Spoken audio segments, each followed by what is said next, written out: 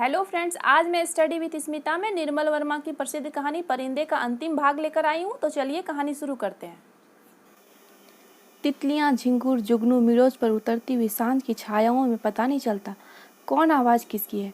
दोपहर के समय जिन आवाज़ों को अलग अलग करके पहचाना जा सकता था, अब वे एक स्वरता की अविरल धारा में घुल गई थी। घास से अपने पैरों को पोंछता हुआ कोई रेंग रहा है, झाड़ियों के झुरमुट से पैरों को फड़फड़ाता हुआ झपट कर कोई ऊपर से उड़ जाता है, किंतु ऊपर देखो तो कहीं कुछ भी नहीं है। मिडोज के झरने का गड़गड़ाता स्वर जैसे अंधेरी सुरंग में झपाटे से ट्रेन गुजर गई हो और देर तक उसमें सीटियों और पहियों की चित्कार गूंजती रही हो। पिकनिक कुछ देर तक और चलती, किंतु बादलों की तह एक दूसरे पर चढ़ती आ रही थी। पिकनिक का सामान बटोरा जाने लगा।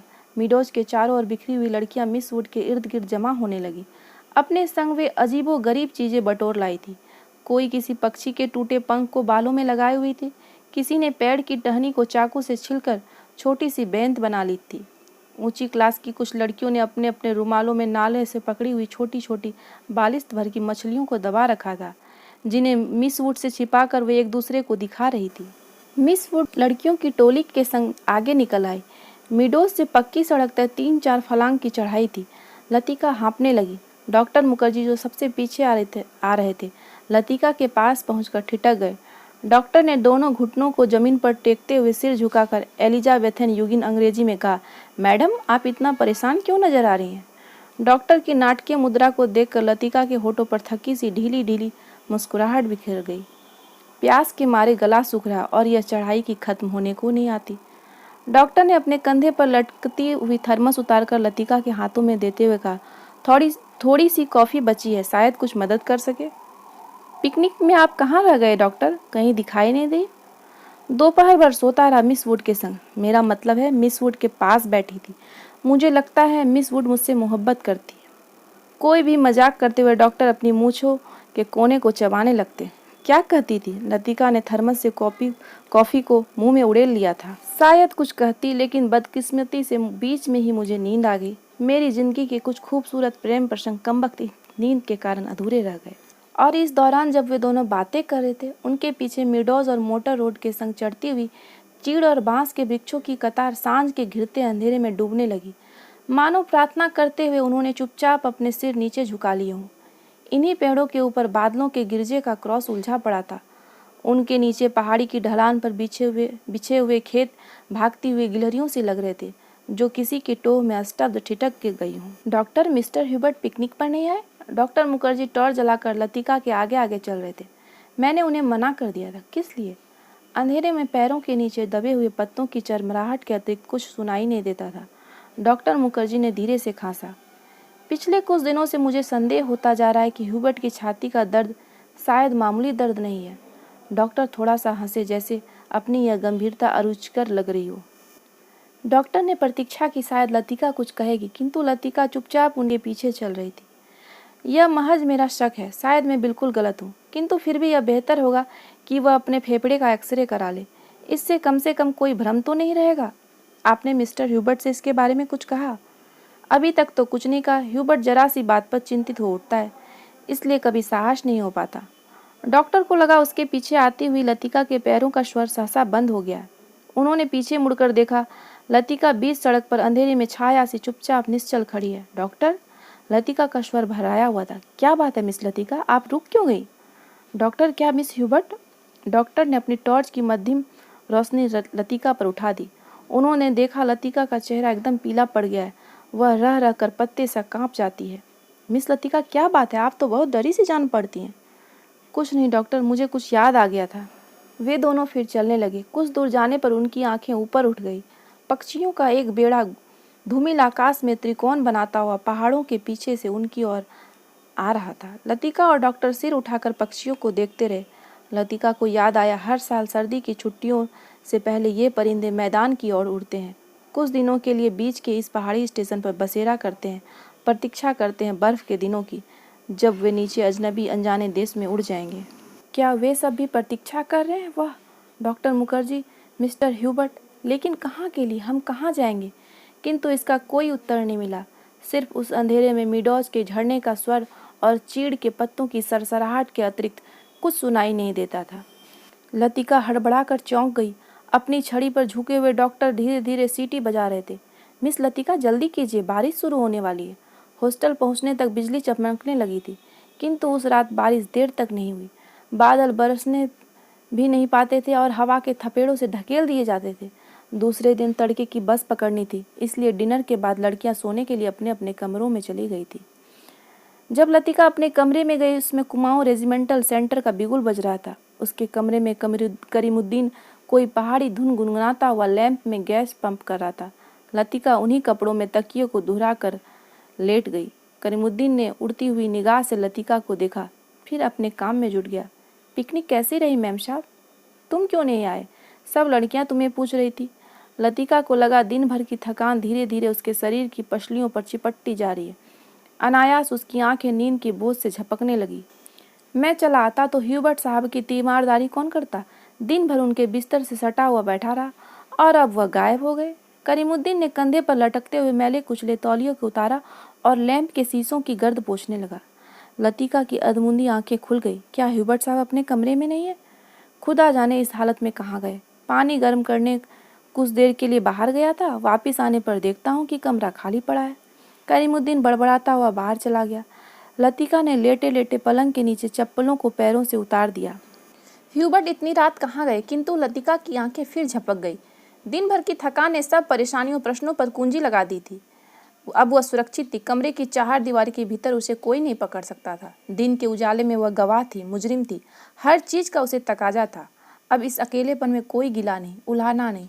सब खींचातान खत्म हो गई। जो अपना है वह बिल्कुल अपना सा हो गया है। जो पराया है उसका दुख नहीं, अपनाने की फुर्सत नहीं। लतिका ने दीवार की ओर मुंह मोड़ लिया। लैंप के फीके आलोक में हवा में कांपते पर्दों की छायाएं हिल रही थी। बिजली कड़कने से खिड़कियों के शीशे चमक जाते थे, दरवाजे चटकने लगते थे, जैसे कोई बाहर से धीमे धीमे खटखटा रहा हो। कॉरिडोर से अपने कमरों में जाती हुई लड़कियों की हंसी, बातों के कुछ शब्द, फिर सब शांत हो गया। किंतु फिर भी देर तक कच्ची नींद में वह लैंप का धीमा सा सी सी का स्वर सुनती रही। कब वह स्वर भी मौन का भाग बनकर मूक हो गया, उसे पता न चला। कुछ देर बाद उसको लगा सीढ़ियों से कुछ दबी आवाजें ऊपर आ रही है।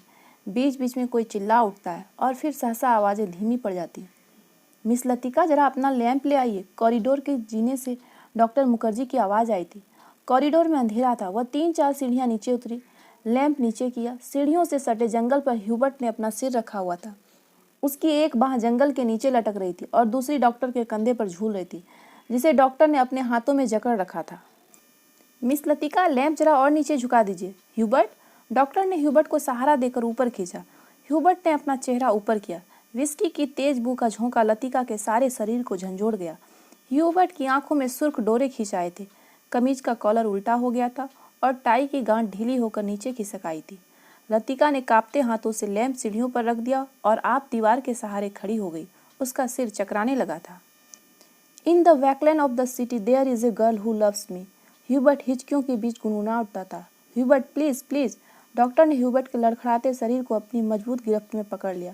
मिस लतिका, आप लैंप लेकर आगे चलिए। लतिका ने लैंप उठाया। दीवार पर उन तीनों की छायाएं डगमगाने लगी। In the backland of the city there is a girl who loves me. Hubert doctor Mukherjee के कंधे पर सिर टिकाए अंधेरी सीढ़ियों पर उल्टे सीधे पैर रखता हुआ चढ़ रहा था। डॉक्टर, हम कहाँ हैं? ह्यूबर्ट सहसा इतनी जोर से चिल्लाया कि उसकी फटती हुई आवाज़ सुनसान अंधेरे कॉरिडोर की छत से टकराकर देर तक हवा में गूंजती रही। ह्यूबर्ट। डॉक्टर को एकदम ह्यूबर्ट पर गुस्सा आ गया। फिर अपने गुस्से पर ही उन्हें खींच सी हो आई और वह ह्यूबर्ट की पीठ थपथपाने लगा। कुछ बात नहीं ह्यूबर्ट डियर, तुम सिर्फ थक गए हो। ह्यूबर्ट ने अपनी आंखें डॉक्टर पर गड़ा दी। उनमें एक भयभीत बच्चे की सी कातरता झलक रही थी, मानो डॉक्टर के चेहरे से वह किसी प्रश्न का उत्तर पा लेना चाहता हो। ह्यूबर्ट के कमरे में पहुंचकर डॉक्टर ने उसे बिस्तरे पर लिटा दिया।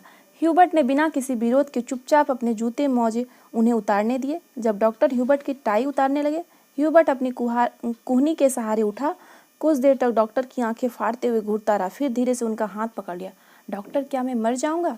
कैसी बात करते हो ह्यूबर्ट? डॉक्टर ने हाथ चुड़ाकर धीरे से ह्यूबर्ट का सिर तकिए पर टिका दिया। Good night Hubert. Good night doctor. Hubert ने करवट बदल ली। Good night mister Hubert. Latika का स्वर सिहर गया, किंतु ह्यूबर्ट ने कोई उत्तर नहीं दिया। करवट बदलते ही उसे नींद आ गई थी। कॉरिडोर में वापस आकर डॉक्टर मुखर्जी रेलिंग के सामने खड़े हो गए। हवा के तेज झोंकों से आकाश में फैले बादलों की परतें जब कभी इकट्ठी हो जाती, तब उनके पीछे से चांदनी बुझती हुई आग के धुएं से आसपास की पहाड़ियों पर फैल जाती थी। आपको मिस्टर ह्यूबर्ट कहाँ मिले? लतिका कॉरिडोर के दूसरे कोने में रेलिंग पर झुकी हुई थी। क्लब की बार में उन्हें देखा था। मैं न पहुंचता तो न जाने कब तक बैठे रहते। डॉक्टर मुखर्जी ने सिगरेट जलाई। उन्हें अभी 1-2 मरीजों के घर जाना था। कुछ देर तक उन्हें टाल देने के इरादे से वह कॉरिडोर में खड़े रहे। नीचे अपने क्वार्टर में बैठा हुआ करीमुद्दीन माउथ ऑर्गन पर कोई पुरानी फिल्मी धुन बजा रहा था। आज दिन भर बादल छाए रहे, लेकिन खुलकर बारिश नहीं हुई। क्रिसमस तक शायद मौसम ऐसा ही रहेगा। कुछ देर तक तो दोनों चुपचाप खड़े रहे। कॉन्वेंट स्कूल के बाहर फैले लॉन से झिंगुरों का अनवरत स्वर चारों ओर फैली निस्तब्धता को और अधिक बढ़ा रहा था। कभी कभी ऊपर मोटर रोड पर किसी कुत्ते की रियाहट सुनाई पड़ जाती थी। डॉक्टर, कल रात आपने मिस्टर ह्यूबर्ट से कुछ कहा था मेरे बारे में? वही जो सब लोग जानते हैं, और ह्यूबर्ट जिसे जानना चाहिए था नहीं जानता था। डॉक्टर ने लतिका की ओर देखा। वह जड़वत अविचलित रेलिंग पर झुकी हुई थी। वैसे हम सब की अपनी अपनी जिद होती है। कोई छोड़ देता है, कुछ लोग आखिर तक उससे चिपके रहते हैं। डॉक्टर मुखर्जी अंधेरे में मुस्कुराए। उनकी मुस्कुराहट में सूखा सा विरक्ति का भाव भरा था। कभी कभी मैं सोचता हूँ मिस लतिका, किसी चीज़ को न जानना यदि गलत है तो जानबूझकर न भूल पाना, हमेशा जोंक की तरह चिपटे रहना, यह भी गलत है। वर्मा से आते हुए जब मेरी पत्नी की मृत्यु हुई थी, मुझे अपनी ज़िंदगी बेकार सी लगी थी। आज उस बात को अरसा गुजर गया और जैसा आप देखती हैं मैं जी रहा हूँ। उम्मीद है कि काफ़ी अरसा और जीऊँगा। ज़िंदगी काफ़ी दिलचस्प लगती है, और यदि उम्र की मजबूरी न होती तो शायद मैं दूसरी शादी करने में न हिचकिचाता। इसके बावजूद कौन कह सकता है कि मैं अपनी पत्नी से प्रेम नहीं करता था? आज भी करता हूँ। लेकिन डॉक्टर, लतिका का गला रूंध आया था। क्या मिस लतिका? डॉक्टर, सब कुछ होने के बावजूद वह क्या कुछ है जो हमें चलाए चलता है? हम रुकते हैं तो भी अपने बहाव में वह हमें घसीट लिए जाता है। लतिका से आगे कुछ नहीं कहा गया। जैसे जो वह कहना चाह रही थी वह कह नहीं पा रही थी। जैसे अंधेरे में कुछ खो गया है जो मिल नहीं पा रहा है, शायद कभी नहीं मिल पाएगा। यह तो आपको फादर एलमंड ही बता सकेंगे मिस लतिका। डॉक्टर की खोखली हंसी में उनका पुराना सनकीपन उभर आया था। अच्छा, चलता हूँ मिस लतिका, मुझे काफ़ी देर हो गई है।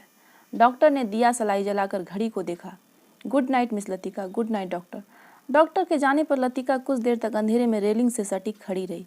हवा चलने से कॉरिडोर में जमा हुआ कोहरा सिहर उठा था। शाम को सामान बांधते हुए लड़कियों के अपने अपने कमरे के सामने जो पुरानी कॉपियां, अखबारों और रद्दी कागजों का ढेर लगा दिए गए थे, वे अब अंधेरे कॉरिडोर में हवा के झोंकों से इधर उधर बिखरने लगे थे। लतिका ने लैंप उठाया और अपने कमरे की ओर जाने लगी। कॉरिडोर में चलते हुए उसने देखा जूली के कमरे से प्रकाश की एक पतली सह तीर दरवाजे के बाहर खींच आई है। लतिका को कुछ याद आ गया। वह सांस रोक जूली के कमरे के बाहर खड़ी रही। कुछ देर बाद उसने दरवाज़ा खटखटाया। भीतर से कोई आवाज़ नहीं आई। जूली लैंप बुझाना भूल गई थी। लतिका धीरे धीरे दबे पांव जूली के पलंग के पास चली गई। जूली का सोता हुआ चेहरा लैंप के फीके आलोक में पीला सा दिख रहा था। लतिका ने अपने जेब से वही नीला लिफाफा निकाला और उसे धीरे से जूली के तकिए के नीचे दबा कर रख दिया। जब वह बाहर कॉरिडोर में आई, बारिश की बौछार तेजी से पड़ने लगी थी। करीमुद्दीन ने अपना माउथ ऑर्गन पर एक नई फिल्मी धुन छेड़ दी थी।